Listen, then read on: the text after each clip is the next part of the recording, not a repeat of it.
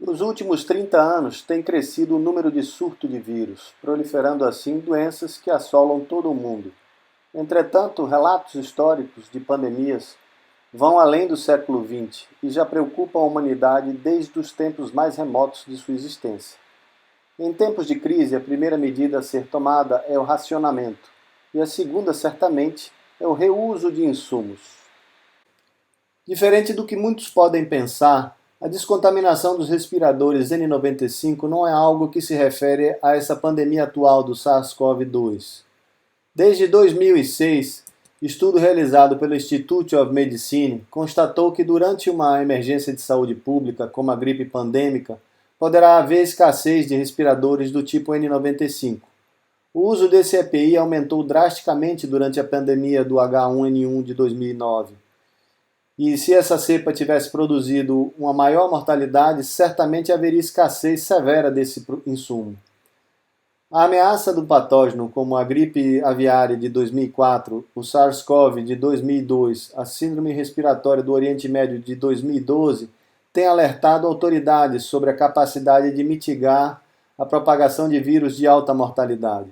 Os respiradores do tipo N95 são uma barreira primária para mitigar a propagação de doenças tanto que a OSHA, a Administração de Segurança e Saúde Ocupacional dos Estados Unidos, quanto o CDC, defendem o uso de respiradores por trabalhadores expostos a vírus influenza, dado que essas vacinas podem demorar ou serem difíceis de produzir, como foi demonstrado no caso da gripe aviária, e aqui estamos enfrentando agora em 2020. Em 2014, o FDA contratou o Centro de Pesquisas ARA, Applied Research Associated Inc., para realizar uma pesquisa para mitigar a escassez de dispositivos de proteção respiratória durante emergências de saúde pública. Essa empresa teve a colaboração com o Centro de Pesquisas do NIOSH, o Laboratório de Pesquisa da Força Aérea, a Universidade da Flórida, o Centro Médico da Universidade de Nebraska e o Technical Support Working Group. Esse trabalho foi finalizado em setembro de 2019, coincidindo com a pandemia do SARS-CoV-2. Muitas dessas diretrizes resultantes desse trabalho estão sendo implementadas e foram adotadas pelo CDC, dentre elas o método promissor do uso dos raios ultravioleta para descontaminar respiradores N95 para o reuso. Um dos pioneiros no uso dessa tecnologia, com sucesso, foi o Centro Médico de Nebraska, da Universidade de Nebraska, que usa uma sala de descontaminação para higienizar as N95. A Cleveland Clinic adotou armários ociosos de biossegurança e os equipou com lâmpadas ultravioletas para essa mesma finalidade. Frente à pandemia e à possibilidade do uso estendido, a reutilização dos respiradores descartáveis N95 tornou-se uma prática mundial, mediante a carência e preços abusivos.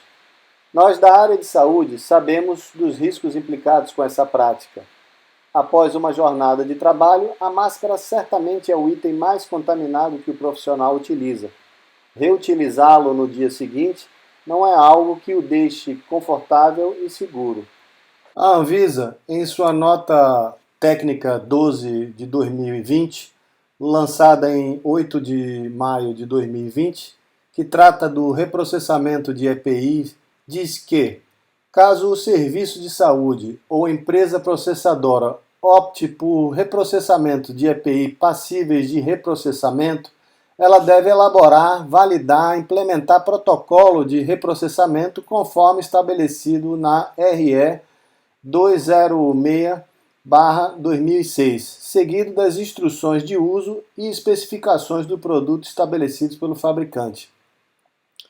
E recomenda que o serviço de saúde elabore orientações para o uso racional de EPI, sem prejudicar a segurança do usuário, adotando o reprocessamento somente quando o procedimento seguro e factível demonstrar equivalência ao produto para a saúde novo. Dito isso, a Anvisa entende que reusar pode ser mais seguro do que adotar um método de descontaminação. Com isso, a grande maioria dos serviços de saúde do Brasil, em cumprimento a essa nota, opta pelo mais simples, que é o uso estendido e a reutilização da máscara por 1 ou 2 semanas, sem contudo que elas passem por um processo de descontaminação. A segurança dessa prática também não tem validação científica e, por isso, incorre em um risco que até o momento não foi mensurado.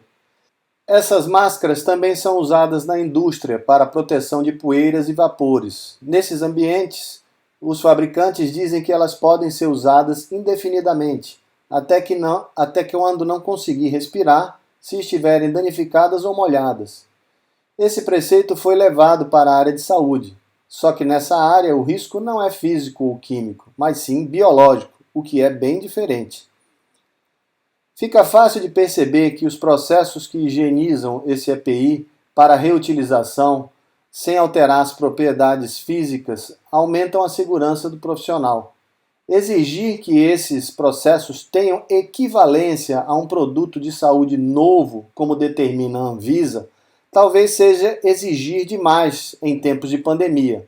É preferível usar algum método que elimine ou reduza bastante a carga de germes contaminantes do que não usar nenhum método. Esse é o SARS-CoV-2, ou Covid-19, como também é conhecido. Ele mede entre 0,07 a 0,09 micrômetro. Geralmente, como os diversos patógenos, o SARS-CoV não é carreado livremente pelo ar. Ele é carreado por aerosóis e gotículas. A rigor, os aerosóis se referem a partículas em suspensão em um gás.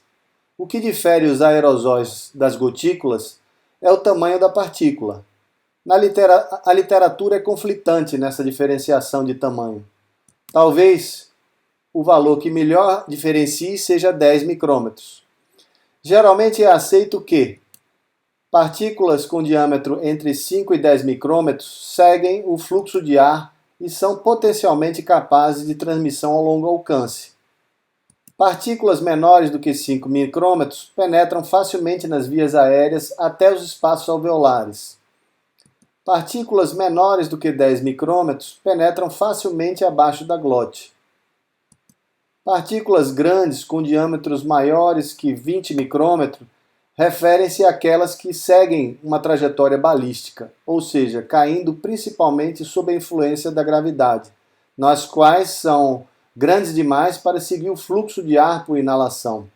Nesse caso, as máscaras cirúrgicas parecem ser eficazes, pois atuam como uma barreira física direta. Devido ao tamanho e efeito da gravidade, dificilmente atingiriam o trato respiratório pelas laterais da máscara. Partículas intermediárias com diâmetro entre 10 e 20 micrômetros compartilham das propriedades dos aerosóis e gotículas, até certo ponto. Aerosóis também incluem núcleos de gotícula, que são pequenas partículas com diâmetro de 10 micrômetros ou menos, normalmente produzidas pelo processo de dessecação rápida de gotícula. No entanto, em algumas situações, como há fortes fluxos de ar ambiente, por exemplo, gotículas maiores podem se comportar como aerosóis, com o potencial de transmitir infecções por essa rota. Uma vez que as partículas foram dispersas no ar, quanto tempo elas podem ficar em suspensão? Essa ilustração foi adaptada de outra feita por Paul Barron, que foi ou que é da Divisão de Tecnologia Aplicada do NIOSH e CDC. Nela podemos apreciar o tempo para o assentamento de 1,5 metro de partículas com diversos tamanhos. Tamanhos estes que podem conter agentes patógenos que ficam em suspensão no ar e que variam entre segundos e várias horas. Partículas em torno de 100 micrômetros ficam em suspensão em média 5,8 segundos. Com 10 micrômetros ficam 8,2 minutos. Com 3 micrômetros ficam 1 hora e meia. E menores do que 1 micrômetro podem ficar entre 12 e 41 horas. Em um ambiente fechado, se o ar estiver em movimento, tal como ocorre em um quarto com um ventilador ou com ar-condicionado doméstico que apenas circula o ar e não troca, essas partículas podem ficar em suspensão por maior tempo. A transmissão do SARS-CoV-2 é por gotícula ou por aerosóis? Provavelmente por ambos, porém não sabemos ainda qual deles seria o mais importante na transmissão comunitária. Segundo Des Prez e Haim, a tosse pode gerar cerca de 3.000 partículas. Segundo Cox, um espirro pode gerar 40.000 gotículas que podem evaporar, ficando na faixa de 0,5 a 12 micrômetros, ou seja, transformando-se em aerosóis que podem ser carreados por longas distâncias e ficar por mais tempo em suspensão. Essa tabela de Duguid mostra o número de partículas de diferentes tamanhos em uma tosse e um espirro. Nessa coluna temos os tamanhos em micrômetros, nesta o número de partículas da tosse e nesta outra o do espirro. Sumariamente, podemos dizer que as partículas grandes podem ficar em suspensão por segundos, as intermediárias por minutos e as pequenas por horas, sendo que 75% delas podem ficar entre minutos e horas em suspensão. Segundo esses dados, um espirro pode produzir algo em torno de 300 vezes mais partículas que a tosse. A fala pode produzir gotículas e aerosóis? Sim, pode produzir. Segundo Des Prez, 5 minutos de fala pode produzir partículas equivalente a uma tosse. Affenrod e colaboradores publicaram em 2020, no New England Journal of Medicine, um artigo no qual eles usaram raio-lasers em uma sala escura para demonstrar como a fala em voz alta e baixa geram gotículas e demonstraram claramente como a máscara evita isso. A seguir, o vídeo.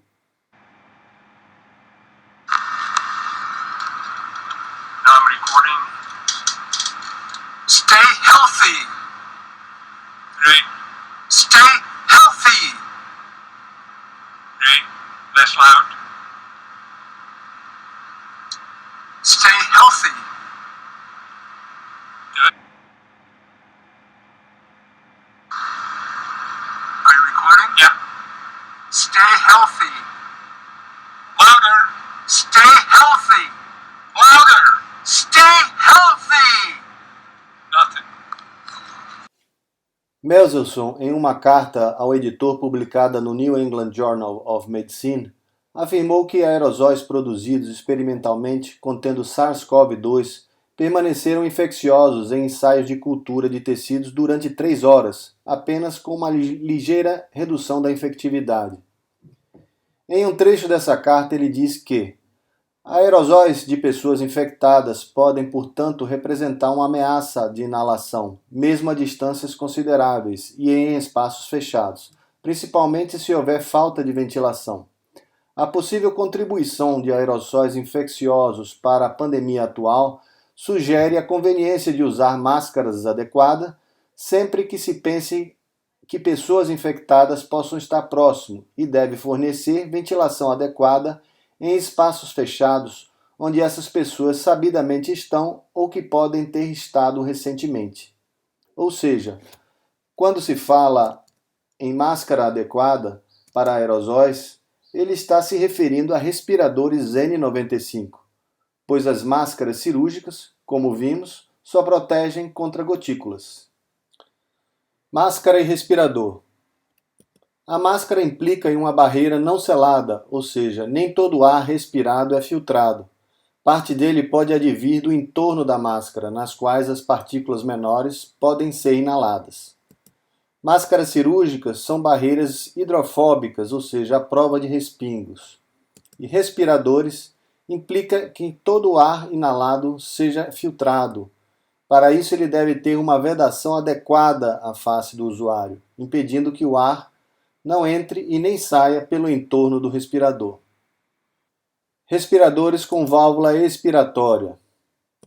Eles reduzem o trabalho respiratório, ou seja, o esforço sobretudo ao expirar.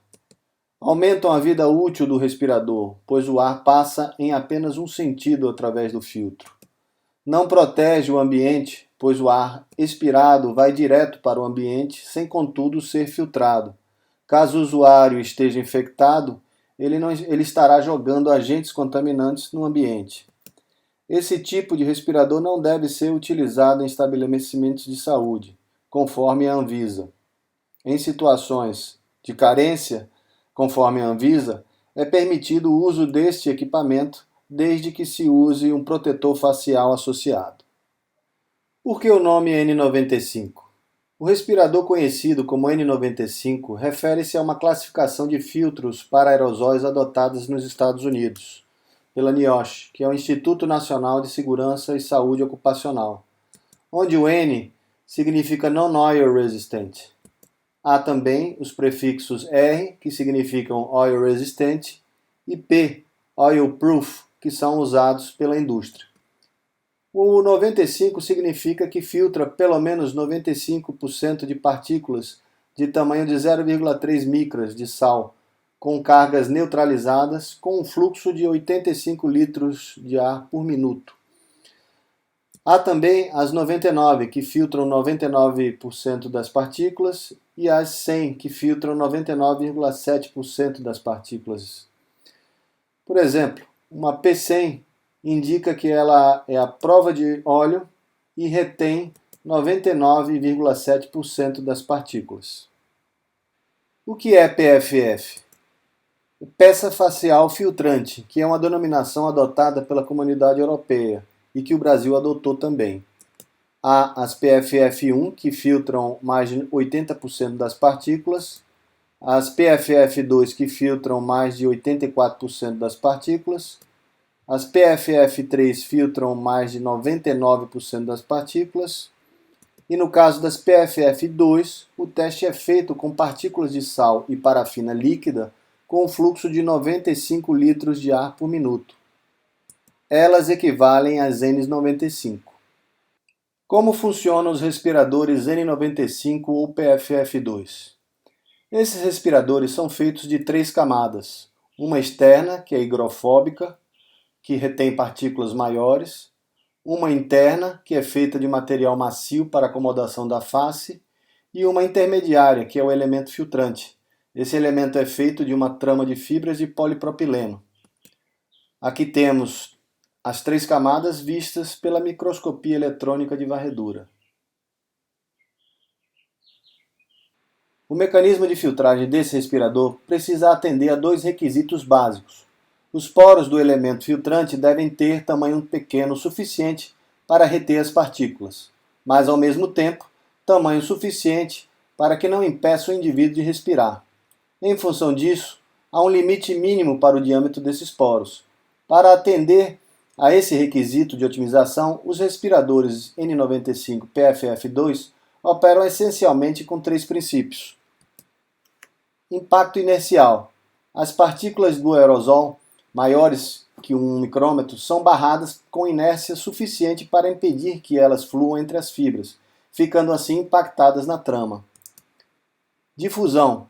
Partículas menores que 1 micrômetro, que não estão sujeitas ao impacto inercial, sofrem difusão e ficam presas às camadas de fibra do filtro, enquanto sofrem movimento browniano em torno da tortuosa matriz porosa. Atração eletrostática. Esse mecanismo emprega fibras de polipropileno eletricamente carregadas que atraem partículas grandes e pequenas com cargas opostas e as prendem. Isso permite que o respirador tenha poros maiores que o tamanho das partículas que eles podem reter, reduzindo assim o esforço respiratório do usuário. Como é feita a camada intermediária? O propileno é aquecido e extrudado em um processo chamado de melt-blow, que consiste em soprar ar quente com o propileno líquido através de um bico, algo parecido com um spray, que é depositado sobre uma superfície onde é esfriado para solidificar-se. O tratamento eletrostático é feito ao sair do bico, com o material ainda quente, que passa por um eletrodo que fornece uma corrente impressa de alta voltagem. Isso faz o material perder elétrons, ficando o produto final carregado positivamente. Vedação. Outro atributo importante é a vedação.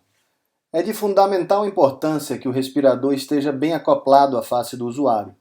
O ajuste correto da máscara requer contato com a pele lisa. A barba ou pelos faciais impedem a adequada vedação.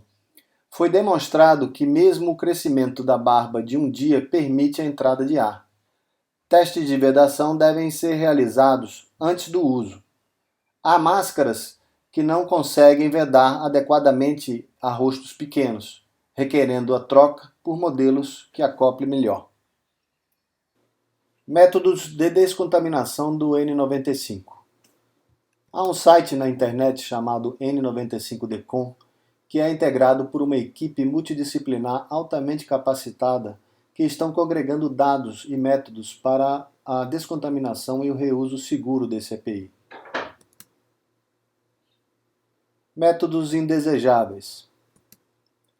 A lavagem com água e sabão. Tsai, o inventor da N95, e Vescusi e colaboradores em 2007, demonstraram que a imersão em água e sabão degrada a filtração de vários modelos de N95. O álcool. A aplicação de álcools como o isopropílico e etílico demonstrou também degradar a eficiência de filtração em pelo menos um modelo de N95 testado. Imersão em água sanitária. Foi demonstrado que a imersão em soluções contendo alvejantes degradam a eficiência da filtragem da N95. No entanto, a limpeza de 3 vezes com lenço contendo hipoclorito a 0,9% demonstrou não causar danos em vários modelos de N95 e pode não fazer uma descontaminação efetiva. Os resíduos de água sanitária oferecem riscos à saúde, especialmente para pessoas asmáticas ou sensíveis. Foi demonstrado que a redução desse resíduo levou em torno de 18 horas usando um exaustor. Guardar por uma noite. Demonstrou-se que o SARS-CoV-2 permanece ativo nas superfícies por 3 ou mais dias, indicando que o armazenamento noturno à temperatura ambiente não descontamina o N95. O tempo. O armazenamento em ambiente limpo e ventilado em boas condições de temperatura é potencialmente o método de inativação viral mais simples e de menor custo.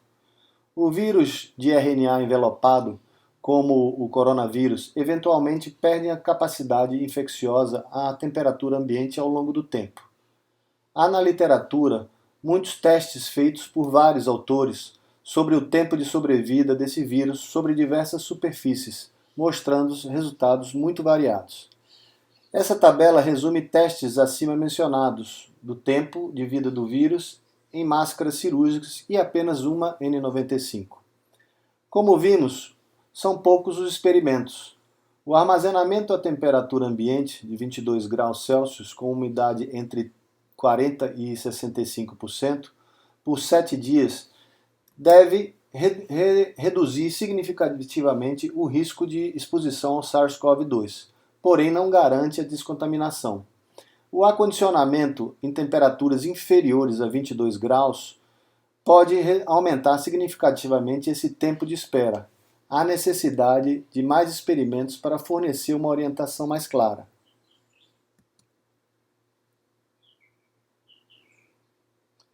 Calor e umidade. Uma descoberta recente e importante feita por Fischer e colaboradores indica que 30 minutos de calor seco a 70 graus não é suficiente para a inativação do SARS-CoV-2 em N95, como havia sido sugerido anteriormente pelo FDA. Esse autor tem recomendado o calor seco a 70 graus Celsius por 60 minutos. Se for acrescido de umidade, Bergman e McDavid sugerem que há um aumento da eficácia. Esse é um dispositivo solar que consiste em um vasilhame escuro no qual um respirador é depositado e é recoberto com um filme de PVC. Próximo aos trópicos, por volta do meio-dia, pode-se alcançar temperaturas superiores a 70 graus Celsius. Outra opção é usar um forno doméstico. Muitos fornos não mantêm a temperatura constante adequada, requerendo um termômetro interno e ajustes constantes para evitar o sub- ou superaquecimento. Luz ultravioleta, falarei mais adiante. Peróxido de hidrogênio é o melhor método que esteriliza e não danifica a máscara entre 10 e 20 ciclos. Luz ultravioleta para descontaminação do N95. Antes de mais nada, é importante se conceituar o que é luz ultravioleta e qual o melhor tipo a ser empregado para a descontaminação. A luz ultravioleta, assim como a luz visível, é uma onda eletromagnética, com um comprimento menor que a luz visível e maior que o dos raios-x, ou seja, um comprimento entre 100 e 400 nanômetros. O Sol produz todos os tipos de onda eletromagnética, entre elas o UVA, o UVB e o UVC. Porém, a camada de ozônio da Terra filtra completamente este último, que tem a maior ação bactericida, fungicida e viricida. Neste diagrama, é possível ver a curva de inativação de patógeno, onde se observa que o comprimento de onda que possui maior atividade germicida é o de 254 nanômetros. Esse comprimento carrega bastante energia, característica que o torna extremamente lesivo aos seres vivos, danificando sobretudo o DNA, RNA, que é o principal componente dos vírus. UVC para descontaminar N95.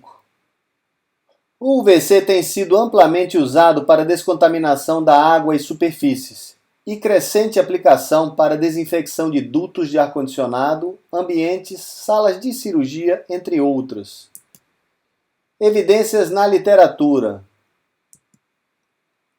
Em alguns modelos de respiradores, o UVC pode não penetrar em todas as camadas, não oferecendo, portanto, uma descontaminação adequada. Os elásticos não conseguem ser descontaminados satisfatoriamente, sendo requerido método adicional de degermação. As sombras podem ser responsáveis por áreas contaminadas.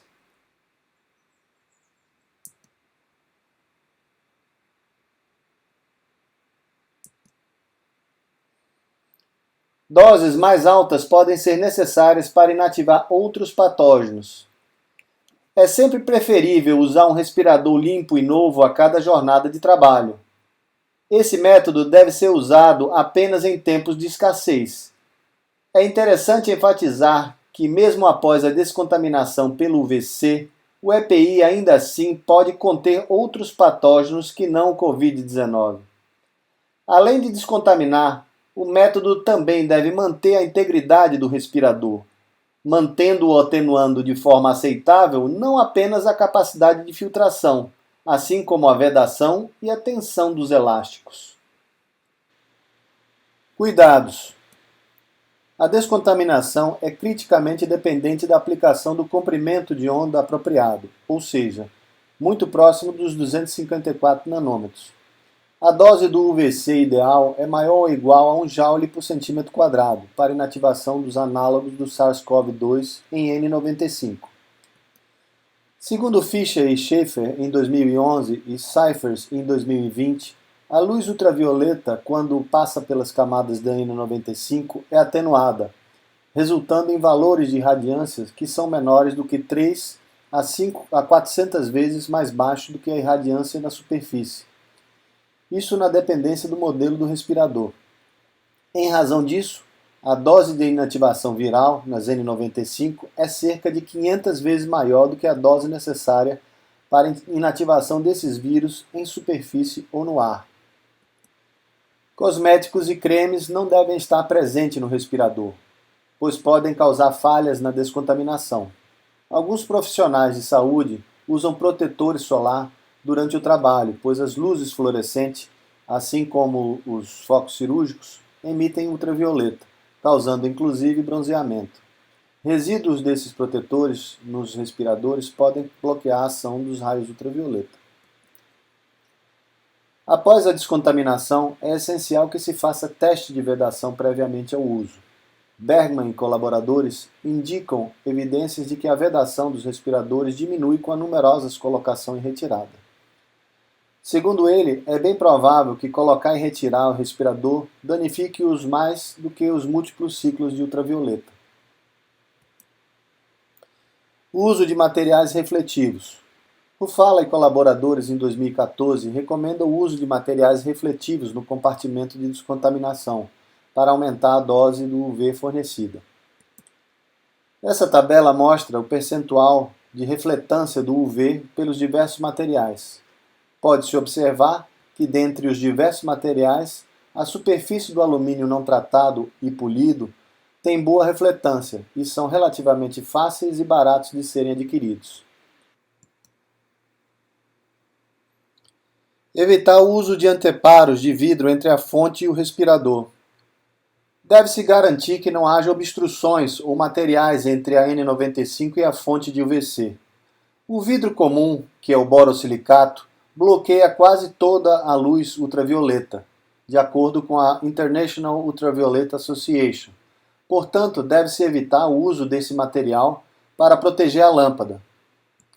O vidro de quartzo pode ser usado, pois no comprimento de onda empregado quase não bloqueia o UVC. Vidros de proteção geralmente não são necessários nos descontaminadores de UVC. Inativação do SARS-CoV-2. De acordo com as diretrizes do FDA, a descontaminação de vírus da N95 requer a redução da atividade viral maior ou igual a 3 menos log, o que equivale a dizer que a redução é de 99,9% dessa atividade. Isso não considera a atividade micobacteriana ou esporicida, para o qual o FDA possui outras diretrizes. O processo de descontaminação da N95 para o SARS-CoV-2 não necessariamente resulta na esterilização, ou seja, a morte de todos os micro-organismos da N95, segundo a NDCOM de 2020. Há vários estudos que demonstram que a inativação do influenza e coronavírus por UVC em N95. No entanto, ainda não há para o SARS-CoV-2, mas devido à similaridade, pois todos são vírus RNA de simples fita envelopada, pensa-se que possam ser inativados de forma análoga. Miles e colaboradores, em 2018, observaram que com 1 joule por centímetro quadrado houve uma redução maior ou igual a 3 menos log na viabilidade do H1N1 nas N95, de 12 dos 15 modelos testados. Nas tiras elásticas, essa redução foi encontrada em 7 dos 15 modelos testados. Heimbach e Harnisch, em 2019, descobriram que o tratamento de UVC de 1 joule por centímetro quadrado na superfície de um modelo de N95 não produziu vírus detectável, e a redução foi de maior ou igual a 3,95 menos log, para 6 cepas de influenza e coronavírus, incluindo o MERS-CoV e o SARS-CoV, mesmo quando essas máscaras foram cobertas com óleos, cosméticos ou saliva. Em outro trabalho, com 15 modelos expostos de N95, na mesma carga de radiação de 1 joule por centímetro quadrado, Heimbach e Harnisch, em 2019, observaram que em 4 delas, que eram hidrofílicas, a inativação foi inferior a 3 menos log. Neste mesmo estudo, descobriu-se que a eficácia do UVC sobre os elásticos foi de apenas 4 dos 15 modelos. Sendo assim, eles sugeriram que as tiras podem exigir um método de descontaminação secundário. Esses mesmos pesquisadores também expuseram as N95 a cargas de 0,5 joule por centímetro quadrado e observaram que a inativação ficou entre 2 e 3 menos log, indicando que essa carga pode ser insuficiente para a descontaminação. Essa tabela mostra o impacto do UVC em vírus envelopados. Nestes trabalhos, feitos com vírus semelhantes ao SARS-CoV-2, sugerem que a dose segura para inativação nas N95 seja em torno de 1 joule por centímetro quadrado. A umidade elevada diminui a eficácia do UVC. Tseng e Li, em 2007, observaram isto em superfícies.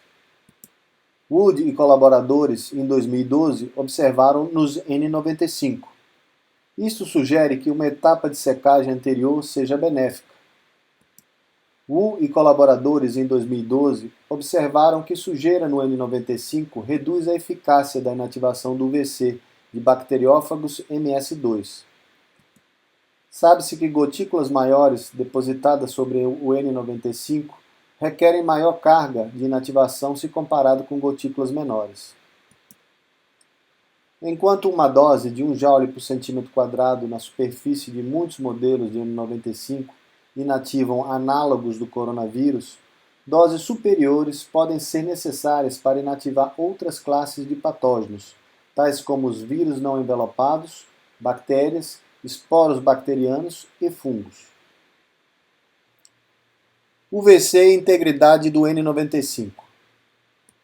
Nas doses usuais para inativação do coronavírus, são encontradas alterações mínimas no N95, tanto no ajuste quanto na capacidade de filtração, quando expostas entre 10 e 20 ciclos.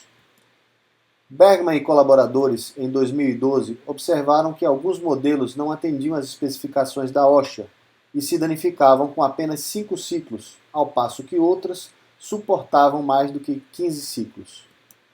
Estudos feitos por Heimbuch e Harnisch em 2019 combinaram a colocação e retirada com a descontaminação com UVC em doses entre 1 e 1,2 joules em 15 modelos de N95 e observaram efeitos mínimos causados pelo UVC na capacidade de filtração, embora vestir e retirar produziu uma significância estatística no ajuste. Lindsay e colaboradores em 2015 usaram doses bem altas de UVC, entre 120 e 950 joules por centímetro quadrado, e observaram um efeito degradativo substancial em mais de 90% dos N95. Porém, em alguns modelos, se mantiveram viável no quesito de resistência à ruptura do material. É importante enfatizar que, devido às alterações de ajustes decorrentes do reuso, sempre deve-se fazer teste de vedação antes do uso da N95. Cuidados com UVC. Nem todas as fontes fornecem UVC na faixa de comprimento de onda adequada ou uniformidade de irradiância necessária para a descontaminação. A luz solar, luminárias de bronzeamento, lâmpadas de polimento de unha não geram UVC com irradiância suficiente para descontaminar os N95. Ainda mais preocupante que há relatos de fontes de UVC afirmando falsamente serem germicidas, com comprimento de onda não consistente com a eficácia germicida. Além disso, há lâmpadas com comprimentos de onda de UV entre 175 e 210 nanômetros, que podem gerar ozônio, o que é perigoso para a saúde humana. Fontes de UVC com geração mínima ou inexistente de ozônio devem ser selecionadas e deve-se garantir ventilação adequada para minimizar os riscos do ozônio. Isto se torna um problema quando se usa recintos ou grandes câmaras de descontaminação. Dito isto, seria importante medir o comprimento de onda e a irradiância do UVC com sensores específicos para isso, certificando-se assim que as lâmpadas estejam emitindo radiação dentro da faixa esperada. Não se tendo isso à mão, deve-se preferir usar lâmpadas produzidas por fabricantes renomados. A exposição direta da luz UVC é prejudicial aos seres humanos, portanto nunca abra a sua caixa com a luz ligada. Um dispositivo de segurança que impeça que a luz fique acesa com a porta aberta oferece segurança, à semelhança do que ocorre com os fornos de micro-ondas. Como fazer um descontaminador UVC? No mercado, há vários dispositivos de UV para diversas finalidades. Porém, até o momento, nenhum deles foi desenvolvido, fabricado e com certificação para essa finalidade. Muitos vendedores aproveitam a oportunidade da pandemia para anunciar descontaminadores de UVC para N95, que não possuem credibilidade, pois podem não mostrar claramente as especificações técnicas e nem tampouco apresentarem selos de certificação do produto aprovado por algum órgão competente. Portanto, é importante se conhecer bem os aspectos técnicos quando optar por comprar ou por construir um dispositivo desses. Na internet, há vários home builders que fizeram seus descontaminadores UV utilizando os mais diversos materiais. Aqui temos maletas adaptadas, caixas plásticas revestidas com papel de alumínio, caixas de isopor também revestidas com papel de alumínio, salas de descontaminação, dispositivos que usaram projetos sofisticados de engenharia. Caixas de ferramenta também podem ser usadas para essa finalidade. Estas ainda não estão finalizadas. Agora esta, após o revestimento aluminizado, está pronta para ser usada. Antes de apresentar uma sugestão para a construção de uma caixa de descontaminação, fornecerei informações necessárias para o cálculo da dose adequada de UVC para a descontaminação do respirador N95. As informações pormenorizadas contidas adiante permitirão que você construa outros modelos usando materiais disponíveis ao seu alcance. Como calcular a dose ideal do UVC? Como vimos anteriormente, a dose para inativar o SARS-CoV-2 nos N95 é de 1 joule por centímetro quadrado. A lâmpada deverá ter o comprimento de onda de pico em 254 nanômetros, variando entre 200 e 280 nanômetros. Potência da lâmpada.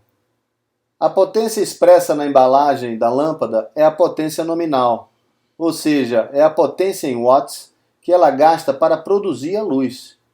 Para efeitos de cálculo, deve-se usar a potência real, ou seja, a potência que a lâmpada consegue entregar. A potência real pode ser encontrada na especificação do produto. Por exemplo, lâmpadas de UVC de 9 watts nominal entregam algo entre 2,3 e 2,5 watts de potência real. A dose do UVC é dada pela seguinte fórmula, onde UVC dose é a dose do UVC, PL real é a potência real da lâmpada, o T é o tempo de exposição à radiação e o A é a área. A área em questão é a área de uma esfera, que é dada pela fórmula 4πr². O raio da esfera é a distância entre a fonte luminosa e o objeto. Por que aplicar a área de uma esfera? Aqui temos uma lâmpada de 9 watts, conforme a embalagem, ou seja, potência nominal, cuja potência real é de 2,5 watts. Quando acendemos a lâmpada, a irradiância que ela emite é de forma esférica. A irradiância é a relação da potência com a área. Por exemplo, watts por centímetro quadrado. Imaginemos uma esfera cujo raio é de 10 centímetros e que cada espaço dessa grade tenha 1 centímetro quadrado. A quantidade de energia luminosa que chegará nesse espaço será de 2 miliwatts por centímetro quadrado. Agora vamos dobrar esse raio para 20 centímetros. Nessa nova grade, o espaço também tem 1 centímetro quadrado. Como o número de espaços aumentou exponencialmente, a irradiância cai na razão exponencial inversa, ou seja, o que era 2 cai para meio watt por centímetro quadrado. Voltando à nossa fórmula, sabemos que o VC é igual a 1 e que a área é 4πr². Fazendo-se as substituições,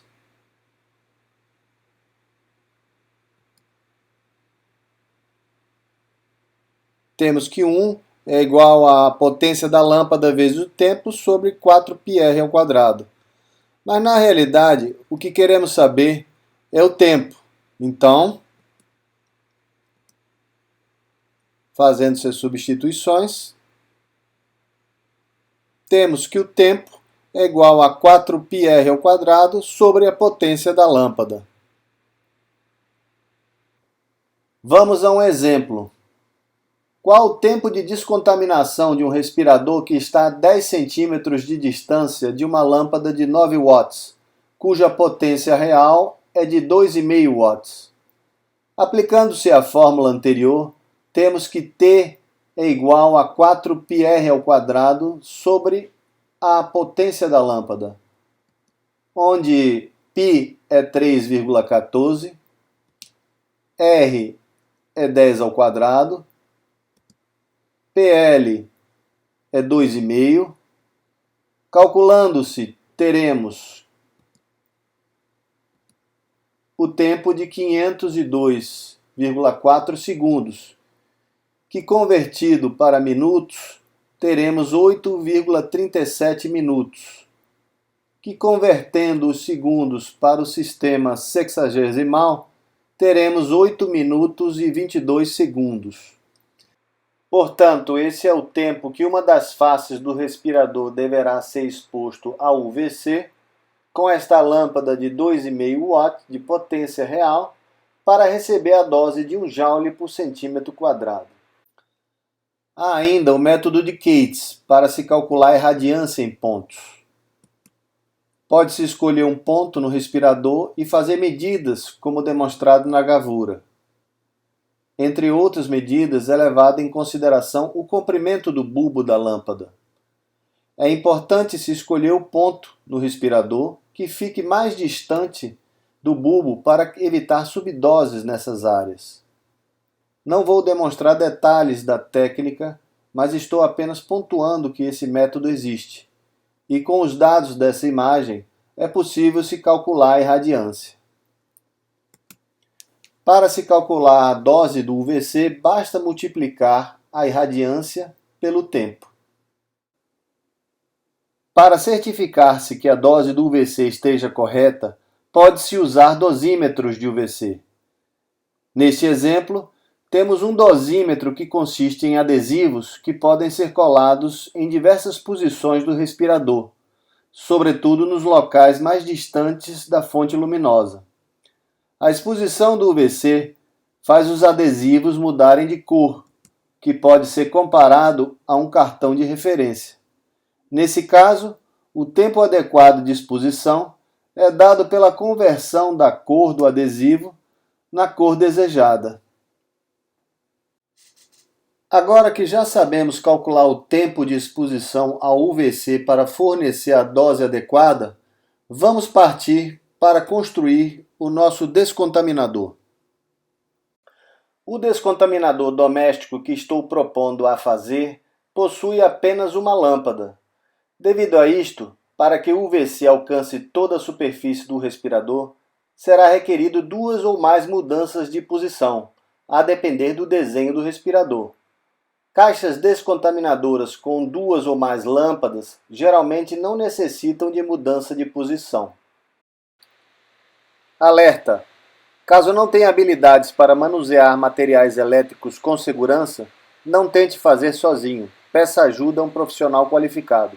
O manuseio inadequado desses materiais podem causar incêndio, choques elétricos e até a morte.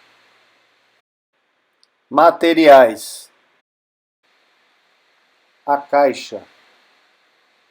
A caixa deverá ter dimensões que permitam acomodar a lâmpada UVC e a máscara, que deverão ficar bem próximos para que o tempo de exposição à luz seja reduzido.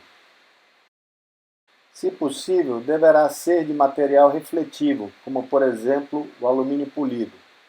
Pode-se usar 2 assadeiras de alumínio, uma contraposta à outra. Além de ser um material que reflete bem a luz, é de fácil limpeza. Pode-se usar caixas plásticas ou de outro material e revesti-las com papel de alumínio. Esta, por exemplo, é uma caixa de montagem de painéis elétricos para ambientes externos, que vem com tampa e fecho. Pode-se colar papel de alumínio com a cola branca, à base de PVA, e fazer furações para fixar a parte elétrica. Kit UVC. Assim como as lâmpadas fluorescentes, As UVC requerem também um reator para que funcione.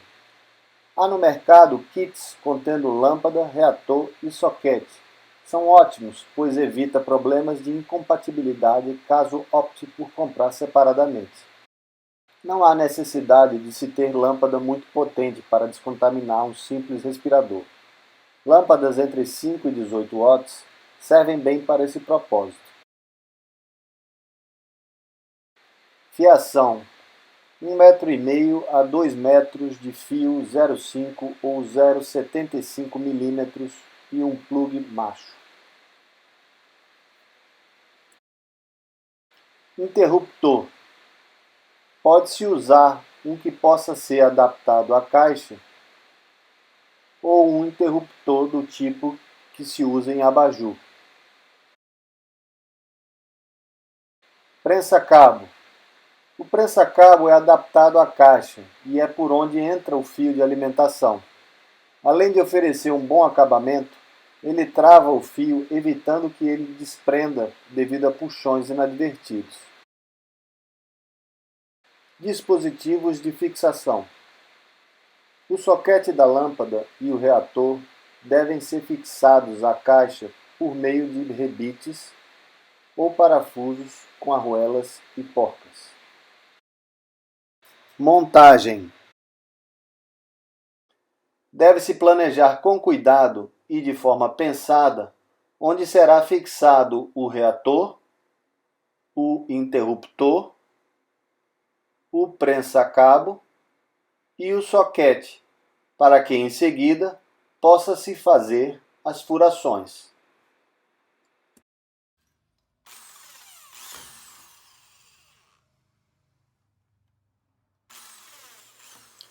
Após a furação, se inicia a instalação das peças. Aqui estamos instalando o reator,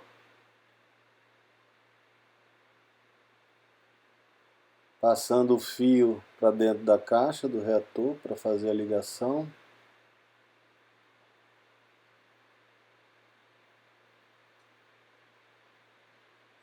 E em seguida o prensa-cabo, o botão acionador, passando o fio para dentro de energia para dentro da caixa, ligação do fio com o reator, conectando a fiação ao soquete, fixando o soquete,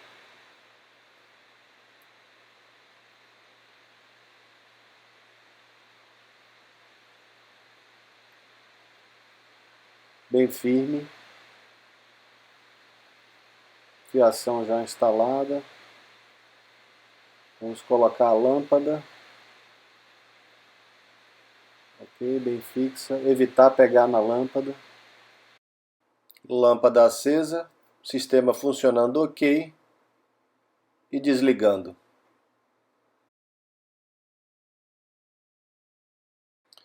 O esquema da ligação elétrica está impressa no reator e é relativamente simples. Esse é o resumo da instalação elétrica. Descontaminando o respirador N95. Antes de expor a luz ultravioleta, é interessante secar o respirador para melhorar a efetividade da descontaminação, apesar dessa etapa não ser obrigatória.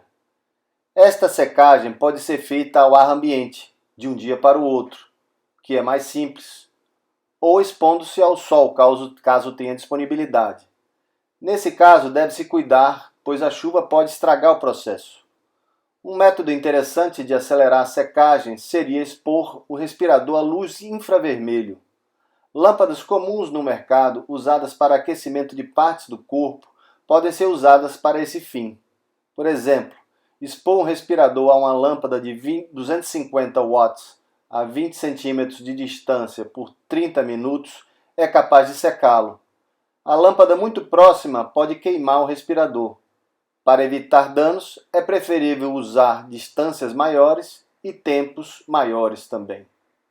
Ao colocar o respirador no descontaminador, deve-se certificar que ele esteja bem posicionado, que esteja centralizado na caixa, alinhado com a lâmpada para assegurar-se que a luz incida na maior área possível e que a maior distância entre a fonte e as bordas estejam dentro da distância máxima calculada. Muitas vezes é importante colocar o respirador em um suporte, para que fique bem posicionado, sobretudo quando vai se expor a face interna ao UVC. Esses suportes podem ser feitos recortando-se garrafas PET. Cada face que for exposta ao UVC deverá permanecer pelo tempo calculado. Os respiradores do tipo concha e os dobráveis permitem que sejam expostos à luz apenas nas duas faces, ou seja, usariam um tempo calculado para a face externa e outro tempo para a face interna. Há respiradores com desenhos mais complexos, que necessitam de mais mudanças de posição para contemplar áreas que possam ter ficado sombreadas. Este, por exemplo, para expor as 4 faces, necessita de 4 mudanças de posição. Além das posições apresentadas até agora, dependendo do respirador, outras posições podem ser necessárias. As tiras. Como foi dito anteriormente, as tiras não conseguem ser descontaminadas adequadamente pelo UVC. Provavelmente, por ficarem dobradas e torcidas, causam sombras, o que impede a penetração adequada da luz. Uma solução que encontrei para isso foi colocá-las em uma moldura, de forma tal que fiquem sem dobras, esticadas, abrindo assim a trama e permitindo que o UVC penetre mais. Talvez apenas isto seja o suficiente, mas não tenho como garantir. Muitos autores recomendam a desinfecção adicional. Pode-se usar métodos químicos tais como o compostos quaternário do amônio, peróxido de hidrogênio e hipoclorito de sódio. Deve-se ter cuidado para que esses agentes não caiam no corpo do respirador.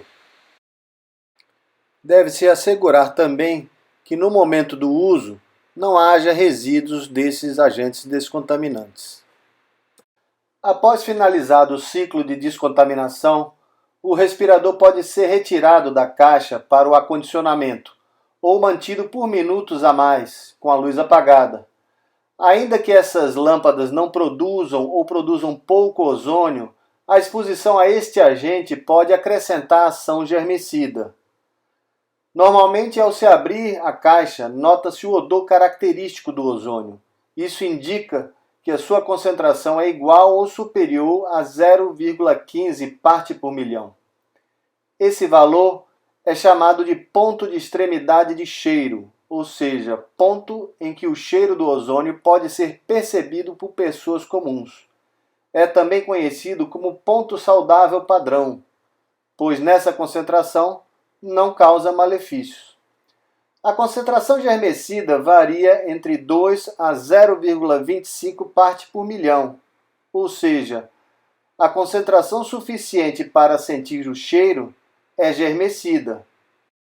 Após a descontaminação com UVC, mesmo no dia seguinte, o respirador fica com um odor característico que se assemelha ao do churrasco, mas que passa após poucos minutos de uso. A máscara deverá ser acondicionada em sacos de papel para que a umidade remanescente evapore, evitando assim a proliferação de outros germes. O UVC para descontaminar respiradores N95 é um método promissor que deverá ser usado apenas em caso de escassez do EPI.